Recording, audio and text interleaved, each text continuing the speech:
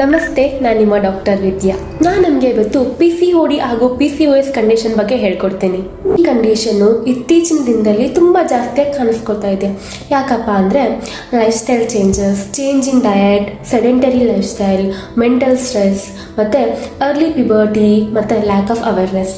ಈ ಕಂಡೀಷನ್ನ ಟ್ರೀಟ್ಮೆಂಟ್ ಅಂತ ಬಂದರೆ ಲೈಫ್ ಸ್ಟೈಲ್ ಮಾಡಿಫಿಕೇಷನ್ ಅಂದರೆ ಜೀವನ ಶೈಲಿನ ಬದಲಾವಣೆ ಮಾಡ್ಕೋಬೇಕಾಗತ್ತೆ. ಅದಂದರೆ 70% ಡಯಟ್ ಹಾಗೂ 30% ಎಕ್ಸಸೈಸ್, ಮೆಡಿಟೇಷನ್ ಮತ್ತು ಸ್ಲೀಪ್ ಆ್ಯಂಡ್ ವೇಕ್ ಸೈಕಲ್ನ ನಾರ್ಮಲ್ ಮಾಡ್ಕೋಬೇಕಾಗತ್ತೆ. ಮತ್ತು ಸ್ಟ್ರೆಸ್ ಮ್ಯಾನೇಜ್ಮೆಂಟು ತುಂಬ ಇಂಪಾರ್ಟೆಂಟು. ಮೊದಲೇದಾಗಿ ಡಯಟ್ ಅಂತ ಬಂದರೆ ಕಾರ್ಬೋಹೈಡ್ರೇಟ್ ಇಂಟೇಕ್ನ ಕಡಿಮೆ ಮಾಡಿ, ಬ್ಯಾಡ್ ಕಾರ್ಬೋಹೈಡ್ರೇಟ್ನ ಕಂಪ್ಲೀಟಾಗಿ ಅವಾಯ್ಡ್ ಮಾಡಿ. ಬ್ಯಾಡ್ ಕಾರ್ಬೋಹೈಡ್ರೇಟ್ಸ್ ಅಂತ ಬಂದರೆ ಮೈದಾ, ವೈಟ್ ಬ್ರೆಡ್ನ ಕಂಪ್ಲೀಟಾಗಿ ಅವಾಯ್ಡ್ ಮಾಡಿ. ವೈಟ್ ರೈಸ್ ಇಂಟೇಕ್ನ ಕಡಿಮೆ ಮಾಡಿ. ಮತ್ತು ಹೈ ಶುಗರ್ ಡ್ರಿಂಕ್ಸ್ ಮತ್ತು ಸಾಫ್ಟ್ ಡ್ರಿಂಕ್ಸ್ನು ಅವಾಯ್ಡ್ ಮಾಡಿ. ಪೇಸ್ಟ್ರೀಸ್, ಕುಕೀಸ್ ಮತ್ತು ಬೇಕ್ರಿ ಐಟಮ್ಸ್ನು ಅವಾಯ್ಡ್ ಮಾಡಿ.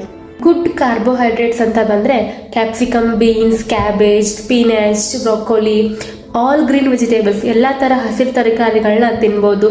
ಅವಾಯ್ಡ್ ಮಾಡಬೇಕು ಅಂದರೆ ಗೋವಿನ ಜೋಳ ಅಂದರೆ ಸ್ವೀಟ್ ಕಾರ್ನ್, ಸ್ವೀಟ್ ಪೊಟ್ಯಾಟೋನ ಅವಾಯ್ಡ್ ಮಾಡಿ. ನಿಮ್ಮ ಸ್ಲೀಪ್ ಆ್ಯಂಡ್ ವೇಕ್ ಸೈಕಲು ತುಂಬ ಇಂಪಾರ್ಟೆಂಟ್ ಆಗುತ್ತೆ, ಅದ್ರ ಬಗ್ಗೆನೂ ಗಮನ ಕೊಡಿ. Thank you.